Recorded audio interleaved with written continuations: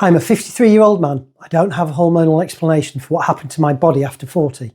And yet what I documented is exactly what you've been describing. The belly that appeared and wouldn't go regardless of what I was eating. The energy that got harder to maintain. The feeling that the body had quietly changed the rules without telling me. I couldn't blame the menopause. I couldn't blame testosterone. There was nothing hormonal happening. So what was it? I've got 13 years of NHS blood tests, the actual numbers plotted out, and the deterioration started in my late 30s, early 40s, long before I did anything about it.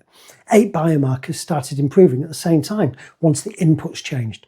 Today, I want to show you what that mechanism actually is, because if you've been doing everything you were told to and your body still isn't responding the way it used to, the answer might not be what you've been told. I'm going to show you the data on screen, the actual trajectory, so you can see exactly when the change started and what drove it.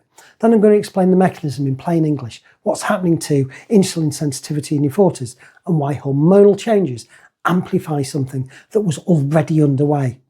I'll end with what actually moved the needle, in my case, not a medication, not a supplement, a specific set of inputs with a blood test to show what happened. October 22, HbA1c 47, 1 point from diabetic, 8 years on statins, gout pills, asthma inhalers, antihistamines, the lot. And every single blood test, the number went up. Not dramatically, just consistently. A slow drift in the wrong direction while I was doing everything that I was told. That's what I was watching, and I didn't understand it. I thought I had several separate problems. My GP, to be fair, thought so too. A pill for each, and the numbers kept moving. What I didn't understand then, and what took me years to properly figure out, is that those numbers weren't separate problems. It was one mechanism expressing itself across multiple markers, and that mechanism had a name: insulin resistance. That was the thing that I'd missed. Insulin's job in principle is simple. When you eat, glucose arrives in the bloodstream. Insulin is the signal that tells your cells to open up and let it in. Works beautifully when it's used occasionally. A meal arrives, insulin spikes, cells respond. Glucose is cleared, insulin drops, clean cycle. The problem is what happens when that signal fires constantly. Think of it like paying money into a bank account and finding it increasingly difficult to get it back out again. Michael Mosley put this better than I've managed. It's as though you're constantly making deposits. The money's right there, but every time you try to access it, there's a block. High insulin does exactly this with stored fat. The energy is present in vast quantities, but the hormonal signal that would allow the body to release and burn it is suppressed. You're not short of fuel, you're locked out of it. What builds that block? Constant glucose arriving, constant insulin firing. Cells that hear the signal so many times, they start to stop listening. That's insulin resistance, not a disease that arrives suddenly, but a sensitivity that erodes quietly over years. And here's what matters for everyone watching, whether anything's been flagged by a GP or not. The mechanism develops gradually over years before it shows up on a test. Understanding it at 38 or 42 gives you far more options than understanding it at 52. Now, I want to be careful here because I'm a 53-year-old man, and the audience I'm largely talking to is women navigating something I'll never personally experience. What my data shows is that insulin resistance can drive all of this without any hormonal change whatsoever. The belly that appeared after 40, the energy that got harder to maintain, all of it in a male body with nothing hormonal to point to. What it doesn't show is that hormones are irrelevant. They're not. There's a doctor called Vonda Wright, double board certified, who studies exactly this. Her point is that estrogen has receptors on nearly every tissue in the body. So when it drops away in perimenopause, it drives up inflammation, drives up insulin resistance, and shifts your cholesterol. That is why a woman doing nothing differently can start gaining weight and losing strength.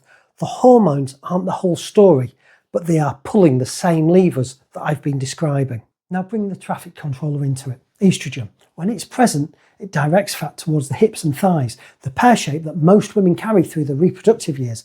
When estrogen levels start to fluctuate in perimenopause, the controller goes off duty. Fat that would have followed the traditional route now takes the default path around the abdomen, visceral, metabolically active.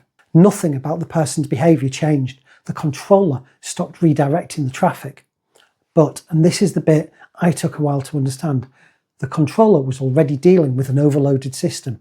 If insulin resistance had been building for years, if there was already excess glucose arriving and cells were struggling to respond, then when the controller went off duty, the situation just got significantly worse, significantly faster.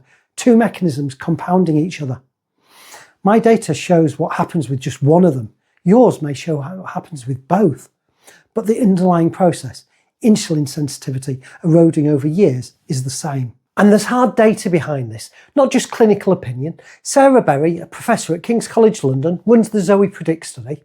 What they found is that once women reach menopause, their blood sugar control drops to the level of men, in some cases worse. And it holds even after you account for age. That isolates the estrogen effect. Lose the estrogen and the body handles glucose differently. Insulin keeps turning up in the middle of the picture. There's a third element worth knowing. The adrenal glands use a common raw material, pregnenolone, to produce cortisol, estrogen, DHEA and progesterone. Under chronic stress, the adrenals get an emergency instruction. All hands to the stress department. Every available unit goes to cortisol. Estrogen and proestrogen production drops, not because the ovaries have stopped working, because the building materials have been conscripted.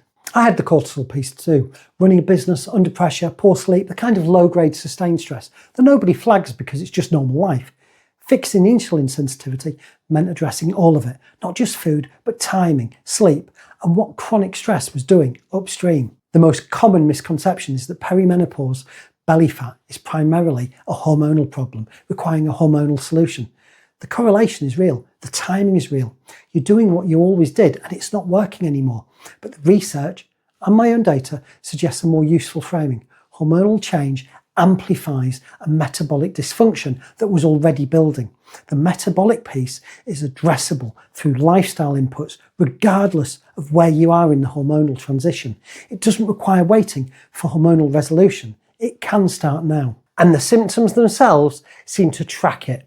A long-running American study, the study of women's health across the nation, followed thousands of women through this transition and found hot flushes and night sweats were more common in those with higher blood sugar and higher insulin, regardless of their weight. A separate analysis from the Women's Health Initiative linked the diets that cause the biggest blood sugar swings to worse insomnia in menopause.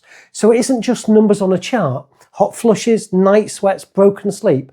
I didn't have those to track myself, but the logic runs the same direction as my HbA1c. Steady the glucose, ease the insulin load, and the downstream effects, whatever form they take in your body, may well improve. October 22, HbA1c was 47, 1 point from the diabetic threshold, on statins, gout pills, asthma inhalers, antihistamines, and doing what I was told. And every blood test, the numbers got a little worse. December 23, still pre-diabetic. Boxing Day, 18 stone. February 2024, I stopped taking all my medication. By January 2025, HbA1c was 40, 11 months in, normal range, out of pre-diabetic territory for the first time in years. April 2025, my HbA1c was 37, optimal, lowest reading in 13 years of NHS records. And it wasn't just the HbA1c. Same blood test, April 25, CRP down 84% from 6.2 to 1. ALT, the liver enzyme, down 67%, HDL up 15%, and LDL down 32%. Cholesterol to HDA ratio within target range for the first time in 11 years in statins. 8 biomarkers, all moving in the same direction, in the same window. Not because I targeted 8 separate problems, because the upstream mechanism changed. My GP looked at the results and said, and I'm quoting, "Bloody hell, what have you been doing?" I showed him the data. He said, "Whatever it is, keep doing it." Month 1, not much. Energy inconsistent, sleep a bit rough, body adapting. Month 3, eating window starting to feel manageable rather than difficult. And month 6, first meaningful comparison. HbA1c still elevated, but trending. Month 11, out of pre-diabetic range. Month 14, optimal. Not 3 weeks, 14 months. And it wasn't a straight line. Some blood tests came back with things I hadn't expected. Ferritin dropped significantly. Turned out I had an iodine deficiency that needed investigating. Progress on one front doesn't mean everything goes smoothly everywhere. Everything on this channel happened to one person, me, and it's all tracked against real blood tests. No agenda beyond showing you what the data looks like when you change the inputs. Subscribe if that's worth following. If I was starting this from scratch, knowing what the data showed, One thing I'd have done earlier is got a fasting glucose reading and started tracking the trend. Not obsessively, just once a week, same time before eating anything. The trend over weeks is more informative than any single number. It tells you whether the direction is right before the GP blood test does. The input I'd start with is simpler than most people expect. A 16-hour eating window, nothing before 12, nothing after 8, say. Not a diet, not calorie restriction, a timing change. Give insulin a 16-hour window where it doesn't have to fire at all, and the body starts to recover sensitivity. That's the minimum effective dose. What happens in the first 2 weeks is mostly adaptation. Hunger signals shifting around, energy inconsistent. That's normal and temporary. By week 3 or 4, it starts to feel different. By month 3, if you're tracking fasting glucose, you may well have your first data point that's worth comparing. The blood test worth asking your GP for at month 3 is fasting glucose. At month 6, if you can, HbA1c, that's the 3-month average of blood sugar control, and it's the number that tells you whether the trend is real. Those are the 2 markers that will tell you whether the mechanism is responding. Fasting glucose under 5.6 is the target. If you're above that consistently, the trend matters more than the number. You want to see it coming down over the weeks, not spiking and crashing. Weeks 1 and 2, adaptation, not results. This is where most people give up, and it's the wrong moment to quit. Weeks 3 to 4, the window starts to feel more natural. Hunger is less insistent. Month 3, first data point worth looking at. Month 6, first meaningful comparison. If you've been consistent, month 13 to 14, well, that's when my blood test showed what I'd call real reversal. Not weeks, it was over a year. If you're on medication for blood sugar, metformin, insulin, speak to your GP before changing your eating patterns. Not because fasting is dangerous, but because fasting lowers blood sugar. And if your medication is already doing that job, the combination needs to be monitored and dosing may need adjusting. That's not a reason to avoid it, it's a reason to do it with your GP watching. The same applies if you're on blood pressure medication. Bring your GP in early. The data you generate becomes a conversation they can actually engage with. I've built a fasting tracker. Tracks your eating windows, fasting glucose, ketones, if you're measuring them, energy levels, everything in one place, so you can see the trend rather than just individual readings. Links in the description and it's free. That tracker, everything I just described, the glucose trend, the fasting window log, the weekly check-ins, it's in the description. Free, worth building the habit before the GP appointment so you've got something to show them. This is educational content only. It is not medical advice. Please do speak to your GP before changing your eating patterns or medication, especially if you're on blood sugar or blood pressure medication.